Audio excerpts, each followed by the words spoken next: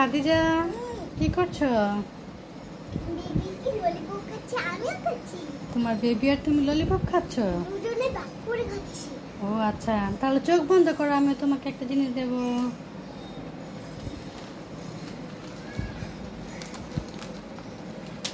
তুই পড়ে গেছে।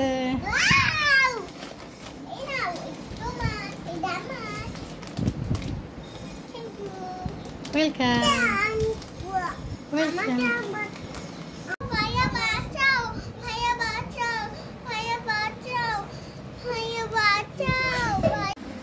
সাজাও। মাশাআল্লাহ, আমার বাবা মাদ্রাসা যাওয়ার জন্য ড্রেস পরেছে না? হ্যাঁ, এই ড্রেসটা তোমাকে কে বানিয়ে দিয়েছে? শোনো শোনো, কে বানিয়ে দিয়েছে ড্রেসটা? মেজু আন্টিকে ধন্যবাদ দাও। থ্যাংক ইউ, জাজাকাল্লাহ। সুন্দর করে দাঁড়ায় বলতে হয়। আসসালামু আলাইকুম এভরিওয়ান। এটা হচ্ছে আমাদের করমজা গাছ।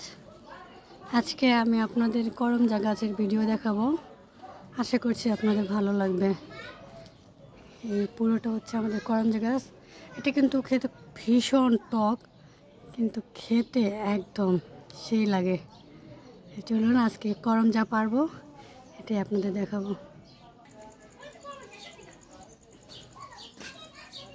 এই খাদিজা, এই যে আমরা এখন করমজা গাছের একটা ডাল কেটেছি।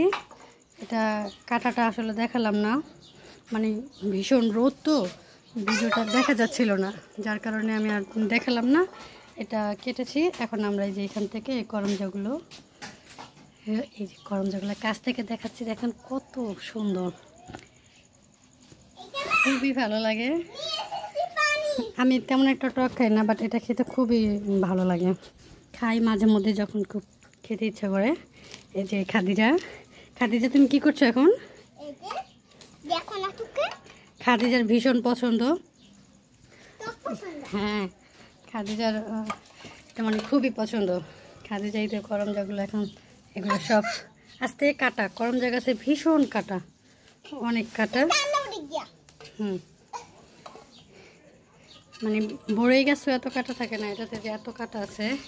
এখানে এই ডালটাতে যে পরিমাণে করমজা আছে, এখানে অনেক করমজা, অনেক করমজা।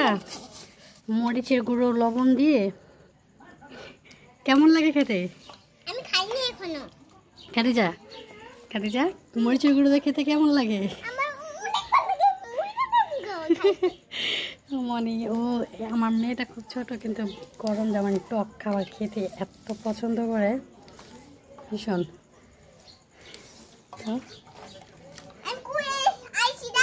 কোথায় কোথায় এসেছে? হ্যাঁ, খাদিজা নানু বাসে এসেছে। নানু বাসের এই যে এটা হচ্ছে বড়ি গাছ, তারপর পাশে পেয়ারা গাছ, আম গাছ। হ্যাঁ, করমজা গাছটা রোদের জন্য দেখা যাচ্ছে না। এই পাশ থেকে আমি আপনাদের প্রথমে দেখাইছি, বাইরের পাশ থেকে, ওইটা আমাদের বাইরের পাশ ছিল। এটা হচ্ছে ভিতর দিক দিয়ে করমজা গাছ আর পেয়ারা গাছ দুটো একসাথে, তার কারণে বোঝা যাচ্ছে না। এই তো কাটার ভয়ে খাদিজা চলে গেছে। আর প্রচুর মানে কষ, অনেক কষ, এই যে দেখেন অনেক কষ আছে। খাদিজা নাও নাও।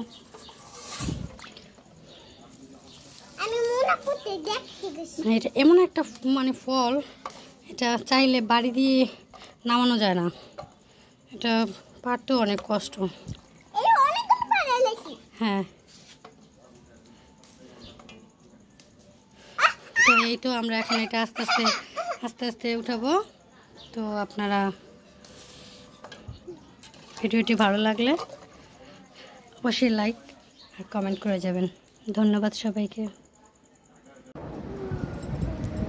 ভাইয়া কোথায় যাইবে?